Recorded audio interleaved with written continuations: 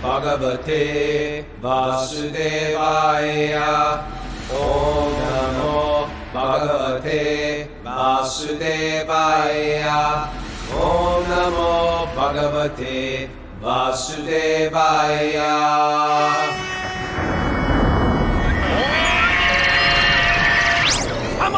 Live from Super Soul Farm, this is Wisdom of the Sages, your daily yoga podcast with your host, Raghunath, and co-host and senior educator at the Bhakti Center, Kaustubha Das. Welcome to the show. This is our daily, we do this every day, 5 a.m. Eastern Time. On weekends, we do it 8 a.m. live, where we study sacred literature of India. We're diving into, I'd say, the best of all books for understanding Bhakti-yogi.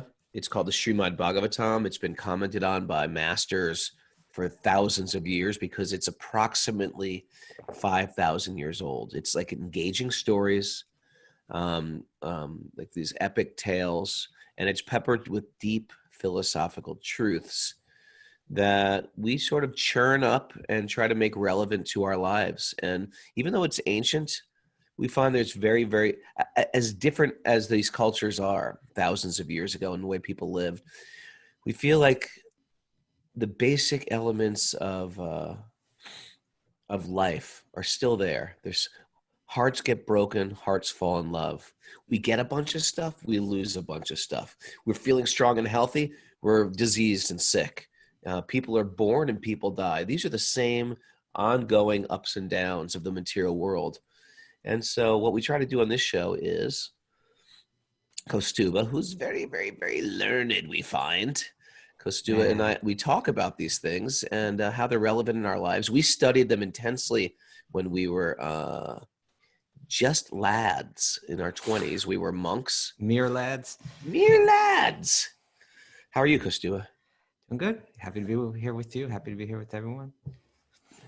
Do you go outside? You're listening to this at another time, not live. It's like I'm curious about pandemic New York City. Do you go outside? What's the deal? I go outside almost every day. Okay.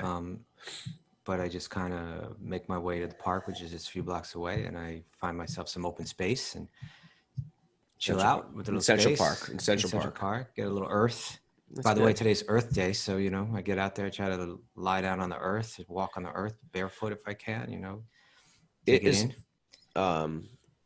is like, if you could imagine what Greenland is like the atmosphere, like the weather, it's like out of control right now. There's like windstorms upstate. It was like a sleet storm yesterday. I'm serious. I should have stayed in India. Mara, how's Mara doing here? Mara's our executive producer. If you want to write the show, every Saturday we do question day. You write your questions into Wisdom of the Sages 108@gmail.com. And we've been getting lots of letters today from the others. The others are the people who we don't know they're there. All these people, I know are here. There's about 110 people on Zoom today. We know you're there because we see your faces every day. But there's people out there. And when you don't see them, you don't think about them. But that's the cool thing about, truthfully, it was the cool thing about when I was in a band, because you never knew who listened to your records. And in the podcast, it's the same thing. Like, who's listening to this? So lately, the others have been sending in emails, just giving us an update with their life and how they listen to the show. So if you're one of the others out there, please write us and tell us your story. We'd love to hear from you. I'm really enjoying those emails. Me too. Sweet people. Mara, how are you? Want me to read one of these? I'm good. You want me to read one of these emails that I got yesterday? Yeah. What do you got? All right. Fill our cup. Okay. I'm a 31-year-old woman from the Canary Islands. First of all, I want to apologize for my English, as it's not my mother tongue.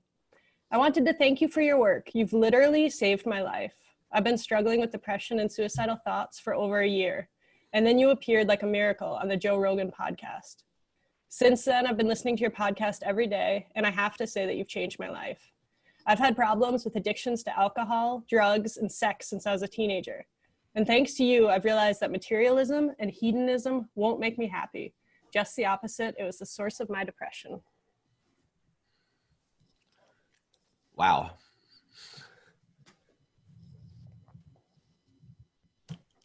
Howdy, Bo. Anyway, if you're listening out there, thank you for sharing that. That was beautiful. Yeah. It was beautiful in your vulnerability and being able to share that. And where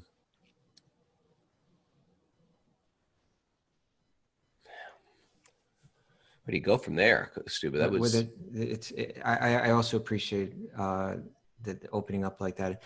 It's there's a principle there, you know, that's being spoken of, that we think we'll find our happiness through material things, and then we push it and we push it and we push it, you know, to further, you know, because we don't find it, we push it to the next level, and we push it to the next level, but it doesn't deliver. And so the Bhagavad Gita, you know, describes how the wise person doesn't take part in the happiness that comes through the senses, you know, recognizing that they're actually sources of misery.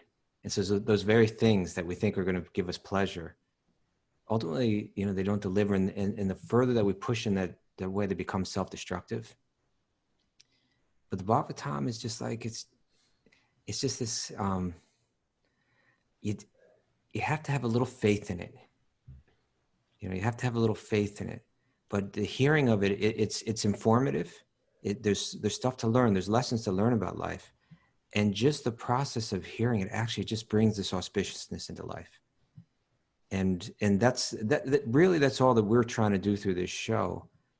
It's not that you and I are great teachers necessarily or something like that, but we're just connected to this source of very purifying, satisfying, auspicious energy in the form of the Bhagavatam. Yeah. And the Bhagavatam's saying that try to understand that there's more than just a book. Try to understand this is pure spiritual energy, you know, of the highest nature. And simply by hearing it regularly, it uplifts one and changes one's life. What to speak of the entertainment, what to speak of the lessons to learn, etc. and then you become like the walking Bhagavatam.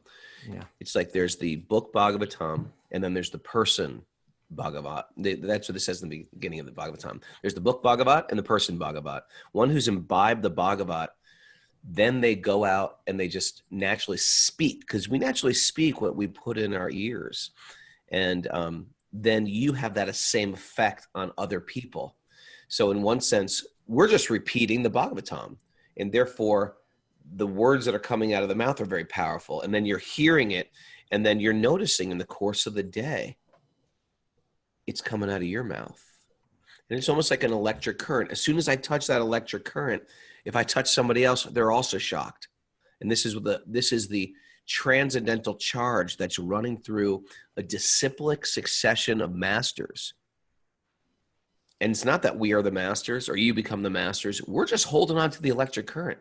You know, another thing, Kaustubha, which is really important, I think, in this email is besides it being, you know, beautifully vulnerable and heartfelt, was that it's interesting how this is what's pushed oftentimes with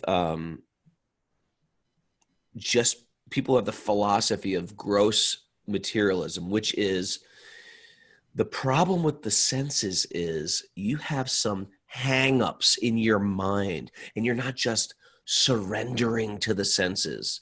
The reason why you can't fully enjoy life is because you're not giving into the call of the senses. You have some Christian hang-ups, some moral hang-ups, some ethical hang-ups that are just actually leftovers from your parents or some puritanical however we grew up in our culture. But you just have to surrender to the senses, and then you'll find actual connection. And it's a myth, it's an illusion, it's a dead end, it's a pit, it's a pothole, it's a steep cliff. Go ahead, surrender to the senses. See where it gets you. It gets you incredibly sad. It gets you incredibly detached. It gets you depressed. This is not just her unique situation. This is anybody who takes the senses as their master. What do you think of that, Kaustubha? I agree. Thank you for that. You know, we have a lot of 12-step people in our audience. I think it's a beautiful thing to see how someone gets through, it hits the rock bottom.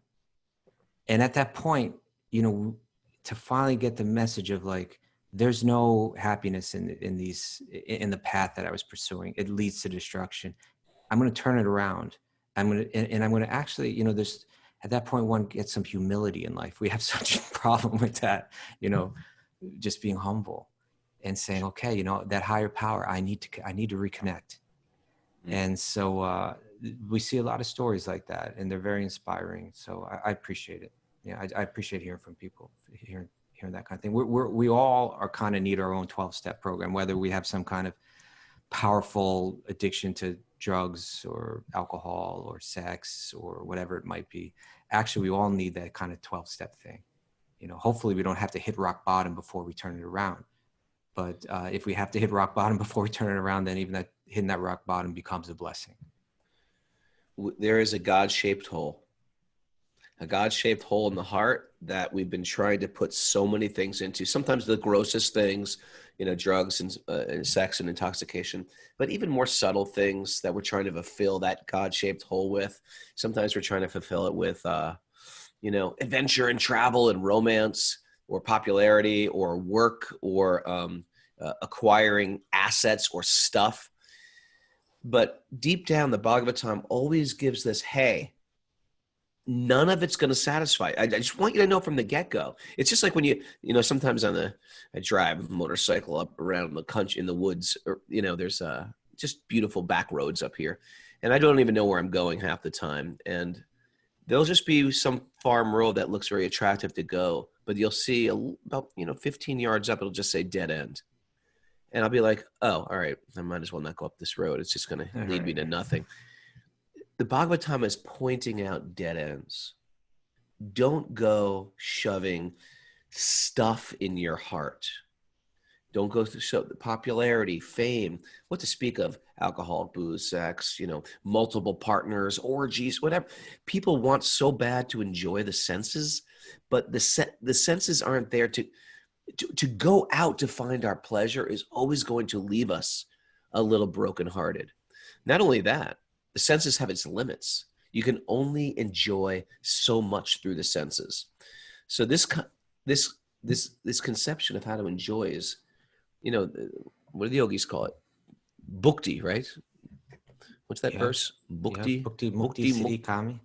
Bhakti, Mukti, Siddhi, Kami, Sakalaya, Shanta. That if you actually want peace, you'll never get it from enjoying through the senses.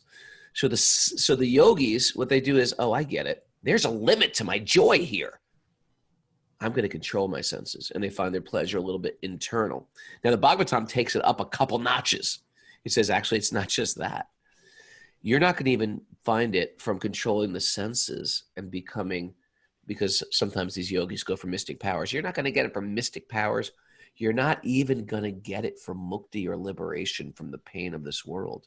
You're actually going to get it from taking those same senses that you indulged in the world with and use them in a spiritual way, right? Mara's a famous chef, one of the most famous chefs in Columbia County, world renowned. We're thinking about starting our own TV show, the reality Mara show. But I think in her spiritual renaissance, she cooks with so much devotion and as an offering of love. You know, Kaustubha is a natural born teacher, but you teach spiritual things. You know, people do it with music or with art. Whatever they do, they sort of just channel that in a spiritual way. We don't have to take our senses and cut them off, but we use our senses in a spiritual way. And the same senses that cause us pain now bring us great pleasure. You know, Raghu, you're always talking about what someone should get tattooed, right? Yeah. Here's What a should tattoo. What should I get? What should I get? The musk deer. What do you think of that? Get a musk deer tattoo? It didn't seem to catch on to the idea. On my chest? You could chest piece, back piece. You know, the musk deer is such a powerful example of what you were describing. That the musk, Now the is it sinking in? Stand the analogy. I was wondering where we're at. So the musk deer, it has this aroma within itself, right? Within a gland in its own body. It emits this, I imagine it's in the mating season or something like that. But it emits this beautiful, enchanting aroma. But when the deer smells it, it's wondering, where's it coming from? It doesn't, it starts to run through the forest, searching, where's it coming from? Where It's chasing itself.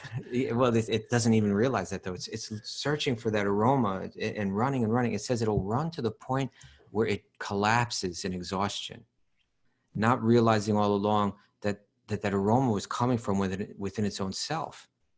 And that's what we're doing. We're running through this world searching for happiness. We're searching it through this. We're searching it through that. And then, may go to drugs. It may go through sex. It may go through fame. It may go through money. It may go through travel.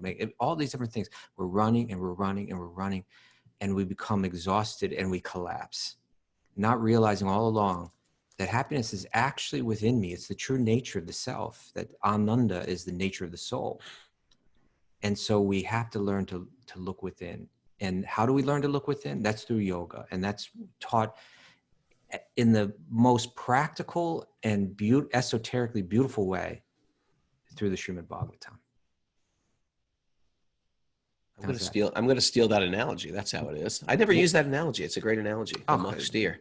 I find it to be like the primary one. It's like where everything, you start right there. But I'm not going to get the tattoo because I was going to ask people won't get it. People won't get it. They'll just be like, "Oh, we got a deer tattoo," and they won't be like, "You got a musk deer," unless I write musk deer over the musk tattoo. Deer looks different than the other deers. It has this. They have like little fangs. Fangs. Yeah. People won't get that. They'll be like, "Why did you get a vampire deer tattoo?" Well, people don't get your Garuda tattoo either. They think it's Heckle and Jekyll. Just Parvananda said that. That's all. Okay. You never make fun of someone's tattoo. It's like the lowest. You did that, so that hurt. I saw that the hurt. opening. That hurt. Only because you're such a dear friend, could I say? It's okay. But maybe I will go for the musk. Okay. I want to see that. I'm looking for the musk. I mean, does anyone get the bumblebee? I got a bumblebee from Scott Bakos. That's what I'm saying. So there's, why not get the musk deer? You'll get it. That's the point. And when I see it and I'm looking at you and I see it on you, I'll get it. All right, let's all get, that's part of like to be on Zoom. You got to get the fanged deer tattoo on your neck. Anyway, that's a good point. That's a great point. Anyway, thank you to that listener who wrote in. Yeah, I appreciate that. All right, so let's dive into our Srimad Bhagavatam. Do it. Look at you scrambling to find the verse. I need a screen like as long as my body. Okay. Narayanam namaskritya naram shaiva narotamam devim saraswatim vyasam tato jayam mudiraye. Before reciting the Srimad Bhagavatam, which is our very means of conquest, one should offer obeisances to the Supreme Lord Narayan, unto Narayan Rishi, the supermost human being, to Mother Saraswati, the goddess of learning, and to Srila Vyasadeva, the author. Nasta prayeshva bhadreshu nityam bhagavat sevaya, bhagavati utamashloke bhaktir bhavati naishtaki. By regular attendance in classes on the Bhagavatam, and by rendering service to the pure devotee, all that is troublesome to the heart is almost completely destroyed, and loving service to the personality of Godhead, who is praised with transcendental songs, is established as an irrevocable fact. Om jnana tamarandasya gyananjana shalakiya chakshurun militam yena tasmai shri gurave namaha. Kaustubha. Are we on 15? I don't think I went to the next verse. We are on 15. Hey, by the way, it's our 100th show. You know what? We should have done some celebration. Somebody just... Okay, let's celebrate it at 108. Maybe that's when Raghunath Swami. Who can do the math? No, it'll be like 104 or something. Yeah, if you don't know, this Sunday on special guest day, we have Raghunath Swami coming. He's one of my favorite people in the entire world, and we're super happy that he's here. What just happened? Okay. All right, so let's dive into this. Do it. While Lord was departing for the palace of Hastinapur, different types of drums like mridungas, dolas, nagras, dunduris, dundubis, and flutes of different types, the veena, the gomuk, and the beri, all sounded together to show him honor. The whole orchestra. It's like an orchestra.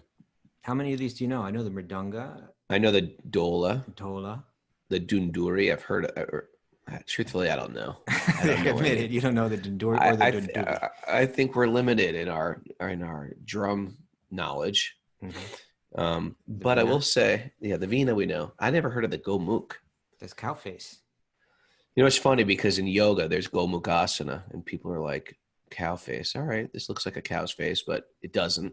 But there's also Gomuk, which is the source of the Ganga in the Himalayas.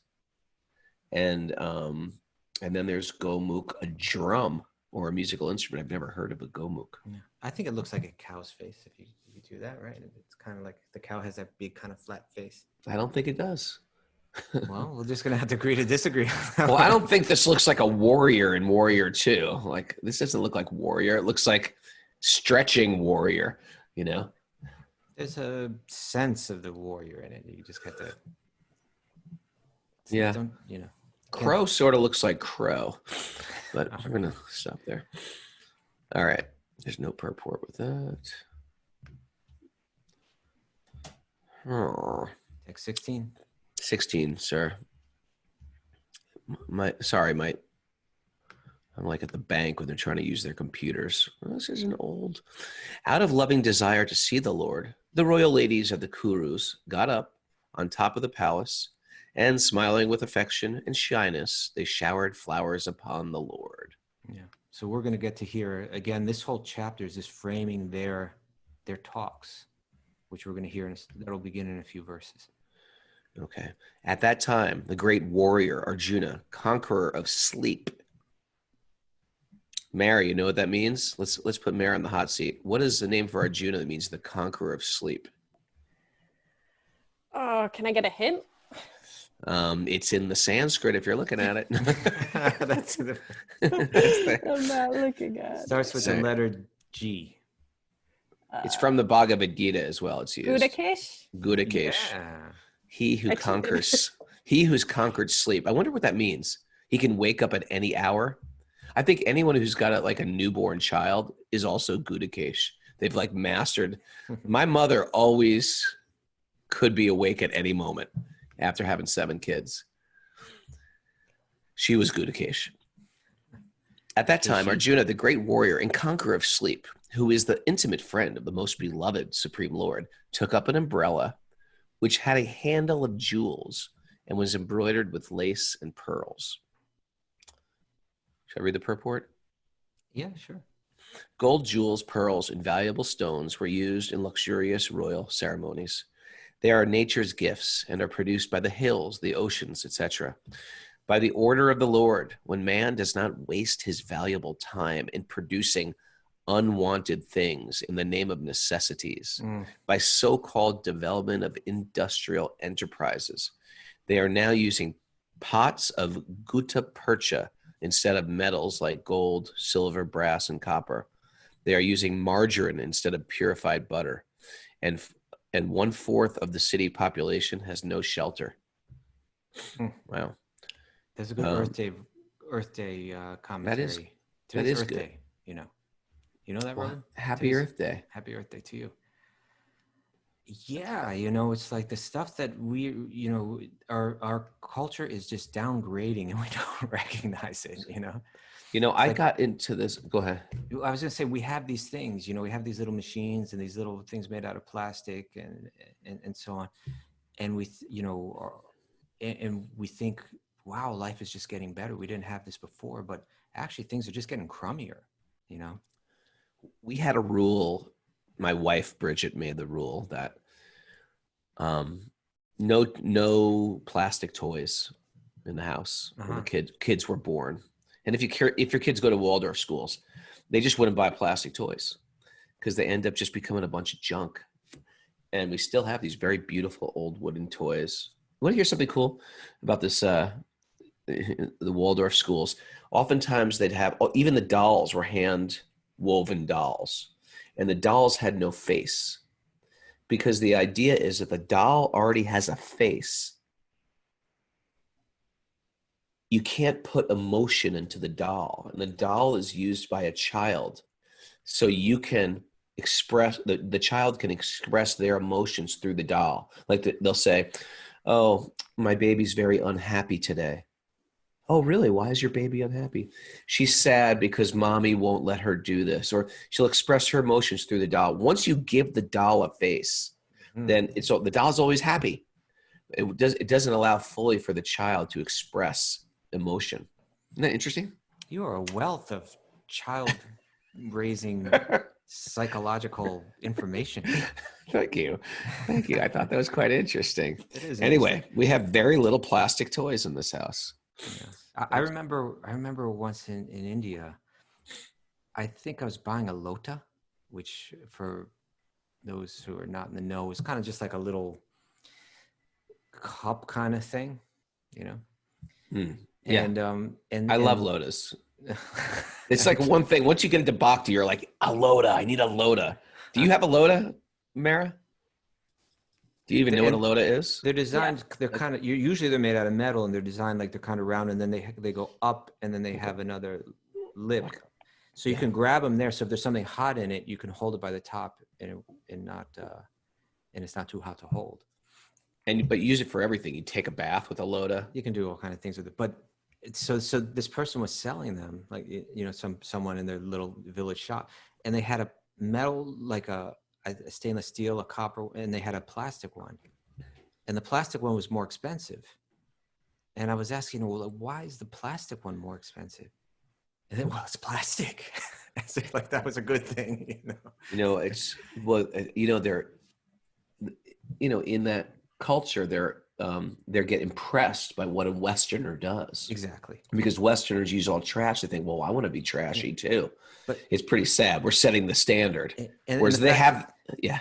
I would say, yeah, but the fact is that it's of a lower, it's like, you know, objectively, you know, one can understand it's of a much lower quality plastic, because one, it's much harder to clean. You know, it's much easier to clean a metal utensil than it is a plastic utensil. But also, like those metal, like if you have a copper lota and you leave water in it, then the minerals from, you know, like the copper itself is like healthy to drink. Like people put water in and leave it in overnight, so then when you drink that water, it's healthier in the morning. Sure. And so for so many reasons, the natural things, just like in every way, if we do things naturally, we benefit, even in ways that we're not even aware of.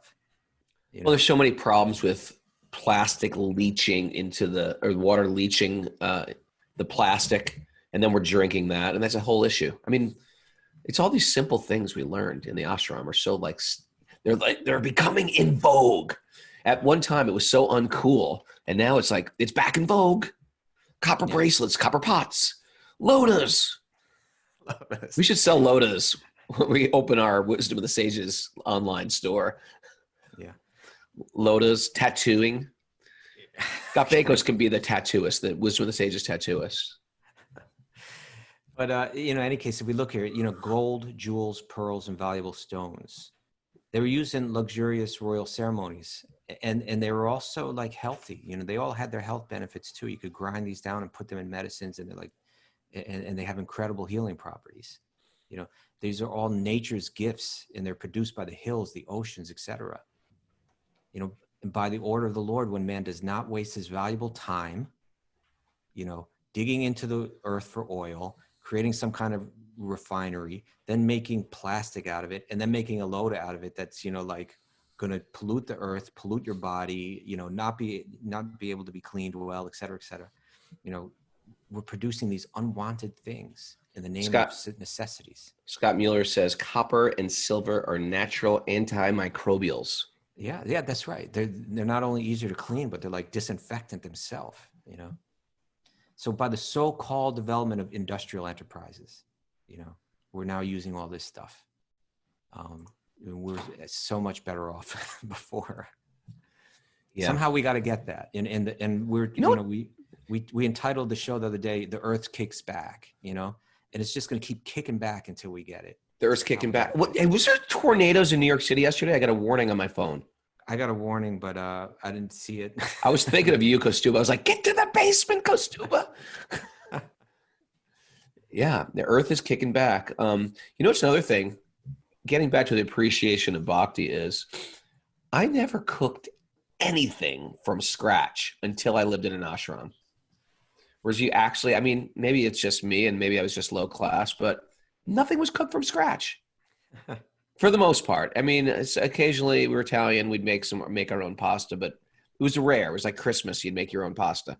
You're doing mac and cheese or something? No, it's just like, Pop-Tarts. no, we weren't so super bad. What I'm saying, like roll the own pastas, make your own dough and put it through the machine. But I'm just saying, until I lived in an ashram, I never used spices and herbs. You used the Italian mix seasoning or salt and pepper and garlic and onions, but not the refined, rainbow assortment of herbs from India. Everything was like, frozen this, canned that. I never ate a fresh string bean. There was a canned string beans. I think things got really bad there in the 70s, right? Things got really bad. Yeah. We didn't need salads. It was all seen as progress, frozen and canned. I know. I used to eat these things, some type of meat thing frozen in a bag, and you used to put the bag in boiling water.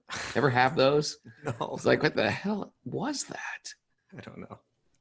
But I did have TV dinners. Yeah, TV dinners. They thought that was really cool too. No, it's what we're going to have to do is get right back to, and I think that's, when I was talking to Raghunath Swami on the phone the other day, he just said, this has all been a big reset for everybody. Because Raghunath Swami he's like, I said, how are you, Maharaj? And he said, I am loving life right now. I am all alone. No one's around. I get to cook for myself, wash my own clothes. It is so nice. How many years has he gone without that? Well, because, you get in Bhakti, you all want to serve each other. So people are like, oh, Maharaj, let me serve you. Maharaj, let me make you lunch. Maharaj, let me wash your clothes, Or beyond that, just all the responsibilities that he has. Yes. To just be alone and for it to be quiet. Just to be alone and not even have an assistant or, so yeah. So anyway, in this Bhakti, there's a natural, and when we lived in ashrams, it was one of these things, you just get right back to simple living. Simple living, high thinking. I miss using that same loda, just squatting down in the shower and bathing like with that loda. That was, you can't find a good squatty shower anymore. Okay. That was a thing. Okay. Sorry. That was our Earth. That was our Earth Day break. Happy Earth Day, Bridge. Happy Earth Day. Yeah. What did you get me for Earth Day? What did I get you for Earth Day? Is that what you said? Hopefully I got you some dirt. Uddhava and Satyaki began to fan the Lord with decorated fans, and the Lord, the master of Madhu, seated on the scattered flowers, commanded them along the road. Continuing on, 10:19. It was being heard here and there that the benedictions paid to Krishna was neither befitting nor unbefitting, because they were all for the Absolute, who is now playing the part of a human being. They were neither befitting or unbefitting. In other words, people. What does that mean? Because people were seeing Krishna, and he was so beautiful, and he was just so. They're glorifying him in different ways, or perhaps even like saying something like a blessing. Like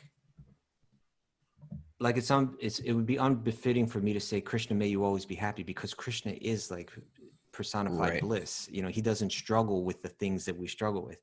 So on one level, for me to say, Krishna, may you always be happy, is unbenefiting. It's not appropriate. Right. But then, and this is such an important point. If you really want to understand bhakti and what it's all about, this idea clarifies that thing. But on the level of rasa, on the level of my personal relationship with you, a sharing of heart to heart intimacy, which is what Krishna lives for and what we are designed for, then on that level is totally appropriate. Krishna would appreciate someone from their heart saying, Krishna, may you always be happy. That, then that it's appropriate on that level.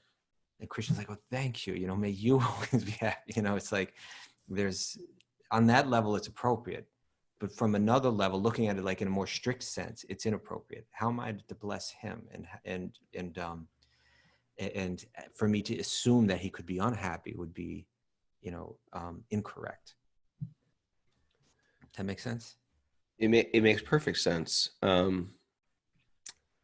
I was looking at the purport. Did you want to read this purport, or should we go to the next one? The next one's the one you really like. I really like that one, but I think we have time for both today. And then I think if we get to 20, then tomorrow the prayers of the talks. Oh, cool. That's a good transition spot. Yeah. At places, there were sounds of Vedic benediction aiming at the personality of Godhead, Sri Krishna. The benedictions were fitting in the sense that the Lord was playing the part of a human being, as if a cousin of Maharaj Yudhisthira. But they were also unbefitting because the Lord is absolute and has nothing to do with any kind of material relatives. It's what you were just saying. Yeah. He is nirguna. Sometimes in the Upanishads, it describes the Lord as nirguna. He has no Brahman. Yeah. Right. So and so they take that to mean, well, he has no qualities. That means God has no form. You'll hear this a lot. And we were talking about this the other day in Sweet Baby Krishna. They talk about God as this sort of like cloud, transcendental cloud, this formless, nameless, featureless energy. And you know what? God is. In the same way, sunlight is formless. You can't grab sunlight. It is sort of featureless. It's just like bright. It is nameless. It's just I don't know. But it also comes from something. It comes from a globe called the sun globe. So Krishna is like that. Just because he is formless, it just means he has no material form. And his names are not material names. Just like we're chanting the Maha Mantra, Hare Krishna, it's just sound, but it's not. It's different. It's transcendent sound. And we should understand, just like there's negative sound, and we've all experienced gossip. It's speaking ill about somebody is like negative sound. You feel dark after you gossip. And in the same way, if you speak positive sounds, hey, you're wonderful, I appreciate you. That's a positive sound. You feel good expressing positive sound. And other people who hear that positive sound also feel good about you saying these sounds. Then there's also transcendent sound. So Krishna is like that. He has no material qualities, but that doesn't mean he doesn't have qualities. People who are just impersonalists. By the way, this is what you're going to start to appreciate about the Bhagavatam. It's not preaching one unique path as opposed to many other paths. The Bhagavatam teaches the thread that ties all the spiritual truths from all traditions around the globe together. It unites them all. Whereas it doesn't accept God has no form and God has form. They both can coexist. Just like I'm looking at the number 6 and Meryl is looking at the number 9. They're both correct. It's from a different vantage point. And this is what fundamentalists in all spiritual paths will bang heads with again and again. My God is right. No, my God is right. My God named this is right. My God, why can't God have unlimited names? Why can't God have unlimited messengers? Do you want me to ask that? I think you can. I'm sorry. When you first started getting into spirituality, was your conception of God personal or impersonal? When you first it was personal, but it was sort personal. of it was a weird, it's coming from childhood. I just pictured a big brown. What did you picture? Brown. I pictured brown. Okay, I pictured brown. God to be all brown. Brown Even skin, his brown skin, brown hair, but one color. Like if you were to just He was a monocolor, Monochromatic. monochromatic. Thank you. All brown. His hair was brown. His eyes were brown. I guess he had black outlines, perhaps, around his eyes. Black hands, black shirt, maybe he was shirtless. Black and brown chair, brown feet. I just pictured a giant brown man in a chair. What I was mean, the no one brown told all me that's about? what he looked like, but that's what I pictured God. I never pictured Jesus as God. I pictured Jesus as the Son of God. Mhm. You know, did But you you, have a but conception? I guess I didn't. I think I conceived of God as a person, but I had no conception. I had no picture in my mind. You know, but I did believe that there was someone I could talk to or something like that. Yeah. Yeah. It sounds like you just took it one level further and came up with like a brown amorphous kind of form. He had a face too. He had a face. I don't know where I got this from.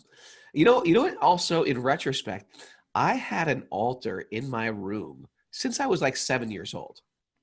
I've always had an altar in my room.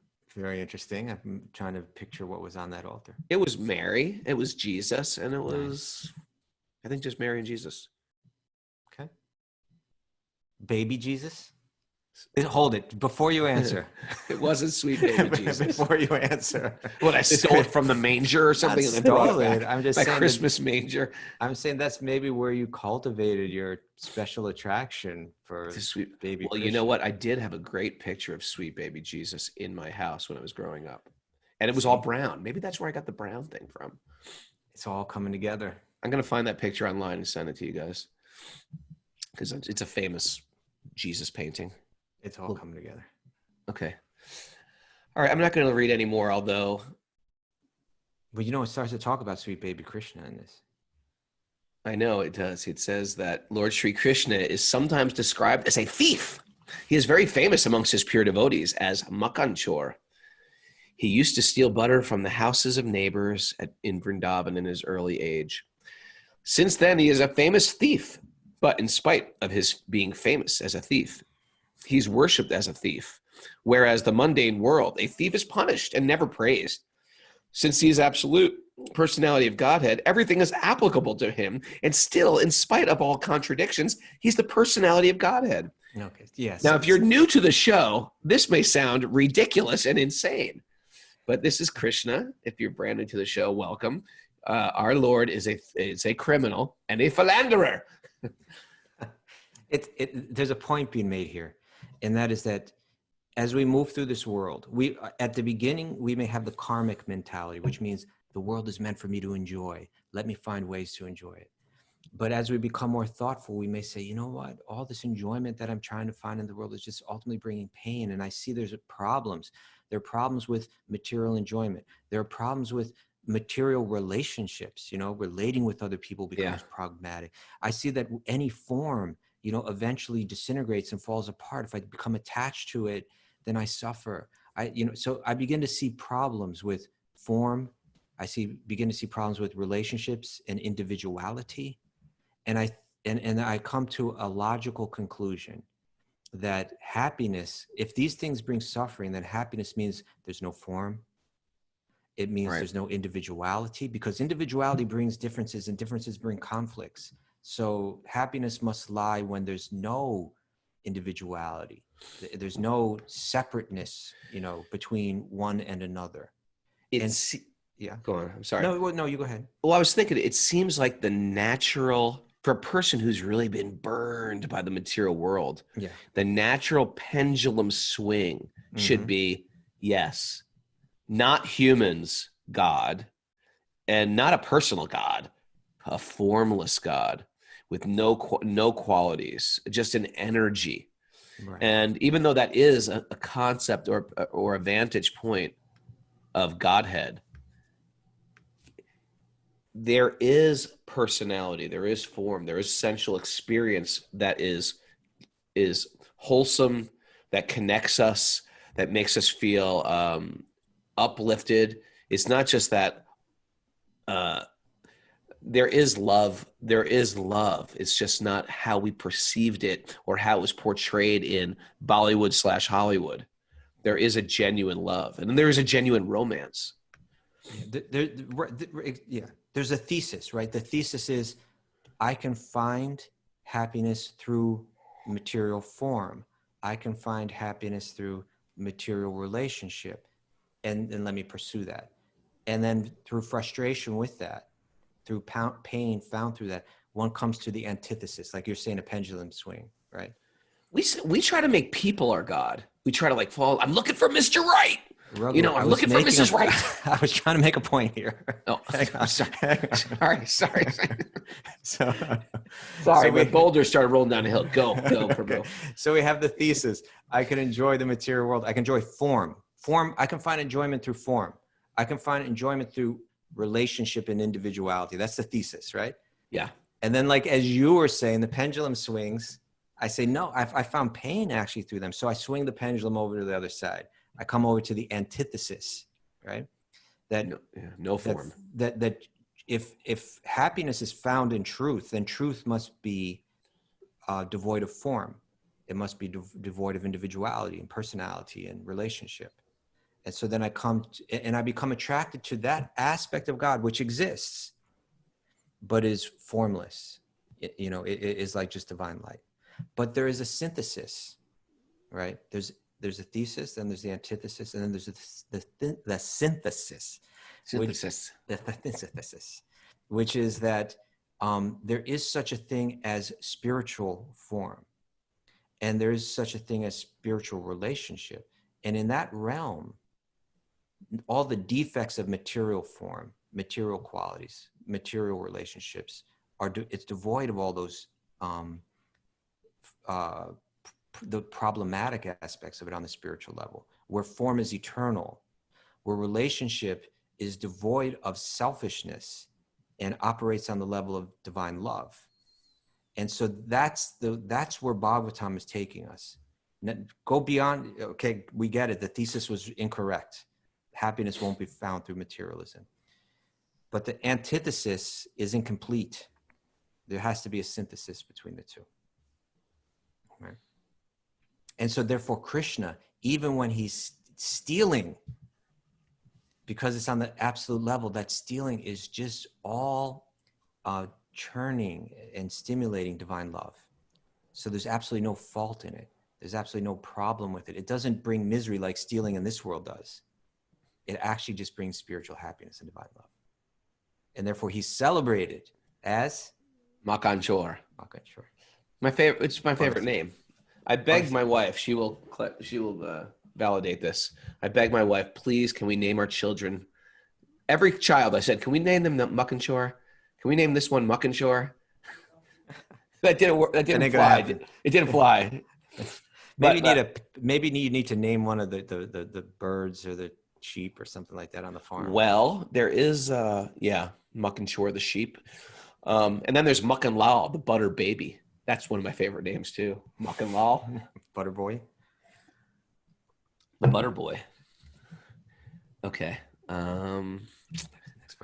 Next verse.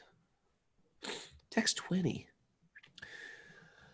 Absorbed in the thought of transcendental qualities of the Lord, who is sung in select poetry, the ladies on the roofs of all the houses of Hastinapur began to talk of him. This talk was more attractive than the hymns of the Vedas. That is very beautiful. That's very significant, What? Please share. In the sense that, like, if you take the hymns of the Vedas, like you have, the Bhagavatam is going to speak of the personified Vedas, right? And the personified Vedas are like the sages, these incredibly learned, austere, self-controlled yogis. And the hymns of the Vedas are these, incredibly dense, powerful, well-composed, sophisticated verses that are designed to glorify the Lord and uplift one's consciousness to beyond the material realm, to understand the absolute truth. It's like incredible compositions, right? But these ladies who they're not scholars, they're not like they're not The pundits. Yeah. But their love is coming through their talk, right? And therefore, and all of that formality, all of that sophistication, it's ultimately meant to. This is such an important point. If we can get this, like all the philosophy, all of the sophistication that's found in Vedic literature and art and so on, it's all meant to lead us to a very kind of simple place. Like, you know, when one's heart is very simple and pure, then true love can be shared, right? And so therefore, like the Vedas are in all the sophistication found in the philosophy and in the hymns, is meant to lead us to the state of pure, simple love. And these ladies had it. And therefore their talks, even, it's not even like they have to sit down and try to compose something that's beautiful. Everything that's, because the heart is so pure, everything that's coming out is more attractive, more exalted than and ultimately more pleasing to Krishna than the Vedas. Mm. That's really special. You know, you could think of it like, say you have a president, and when the president appears somewhere, you know, they have that song, what is it? Hail to the Chief, whatever. Can't even think of how it goes. Dun, dun, dun, dun, dun, dun, dun, dun, Is that it, dun. or is that the Olympics or something like that? I think that's the Olympics. Yeah. Any So case, what- yeah, but you can imagine, you know, like when the president steps into a formal occasion, and they play they play that very formal music, and Right. everybody's lined up, and you have the Marines there, and they're all wearing, like, what do they call that? The dress, The blue dress. the dress blues, yeah. Yeah. And they're standing very serious, and it's a way, it's ritual that's designed to kind of create a sense of respect for the post of the president, right? Right. Right. And you can imagine that the president, as he's walking through that, he's like, okay, you know, this is kind of, on one level, it's pleasing for that honor to be shown. But you know, when he sees his children, they just have simple affection for him, right? Mm. Without all the pomp and all of that, and that's more touching and moving. And the talk of these ladies up on It's the such a roofs, good analogy, Kaustubha. It's Thank such you. a good analogy. Yeah.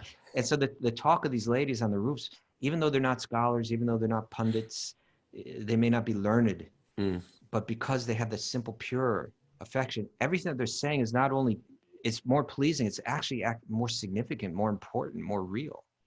And there's that verse, you know, there's a beautiful verse in the Chaitanya Charitamrita that Rupa Goswami includes in the book called the Padyavali, which is just like his collection of his favorite verses. And it's this this person, his name was Raghupati Upadhyaya. I don't know. And Sri Chaitanya asked him to speak about Krishna. And he says this verse, he starts with this verse, he says that being fearful of repeated birth and death in the material realm, some people take shelter of the Shrutis, of the Vedas, and some worship the Smritis, the kind of extended books, the books that extend out of the Vedas. Yeah. He says, being afraid of, you know, suffering in this material world, certain people take their shelter in the Smritis and the Shrutis, these, you know, these Vedic literatures. He says, but for me, I worship Nanda Maharaj, Krishna's father, right? In whose courtyard the supreme Brahman is playing like an ordinary child, right? There's so, this verse is like so, it explains so much, you know, that the Vedas and all these are sacred and pure and exalted, but they're ultimately, where do they lead? They lead to simple divine love, and nobody's got that like Nanda Maharaj. And he's got it so deep that the supreme Brahman, that unlimited absolute reality that is worshipped by spiritualists on all different levels through their austerities, through their learning. Throughout the world. That's how that's how Yeah. people explain God. Yeah, and that divine absolute The energy. big brown man in the sky. That big brown man, he's playing like a little boy, because his love is so strong and powerful and pure and simple that absolute divine energy has become charmed by his love and has taken the form of a little boy and is just playing around on a level where they can just share divine love and relish and bathe and dive into that like unlimitedly. So I look to him. I look to Nanda Maharaj beyond the Vedas, beyond the Smritis and the Shrutis. Look what he's got. the supreme, he's not trying to attain the supreme Brahman and merge into it. The supreme Brahman is his little boy, you know, that he just relishes love with at every moment. Swamiji, on your order, I will read this purport because we're going to hit, we're hitting this point here. Okay. In the Bhagavad Gita, it is said that all the Vedic literatures, the goal is the personality of Godhead, Sri Krishna. Factually, the glories of the Lord are depicted in such literature as Vedas, Ramayana, Mahabharata.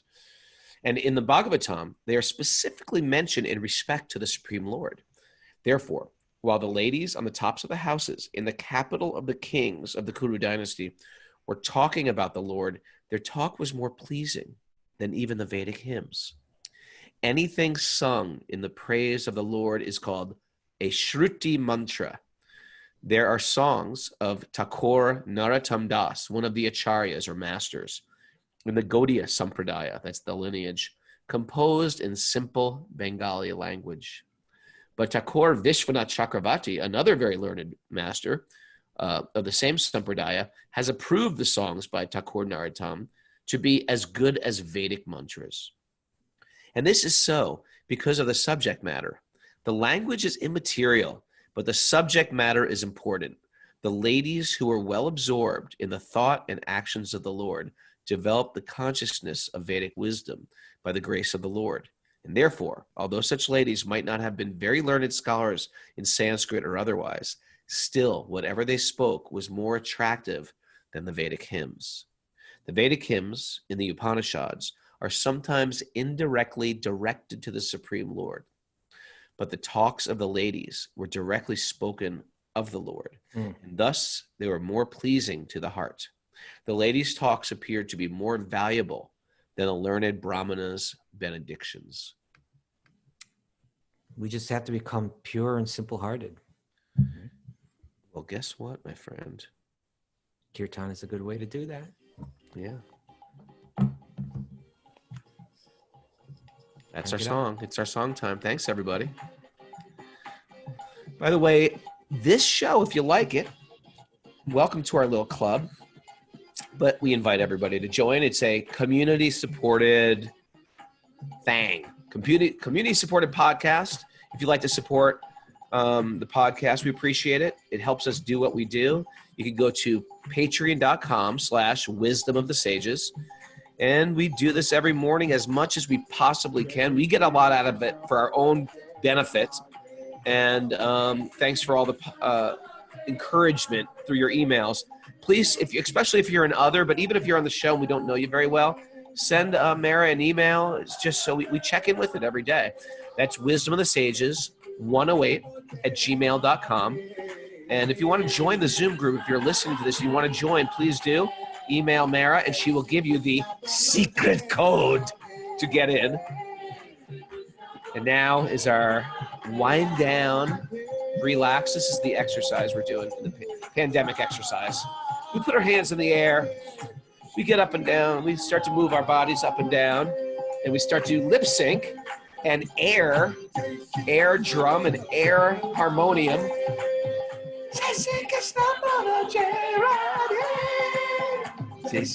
Thanks everybody for joining. If you joined Zoom late and I didn't say good morning, because before the show starts, I say good morning to every person on Zoom. And even today, we have like 125. I said good morning to practically 100. Okay, Liam Wilson is dancing around the kitchen with his wife. I like that.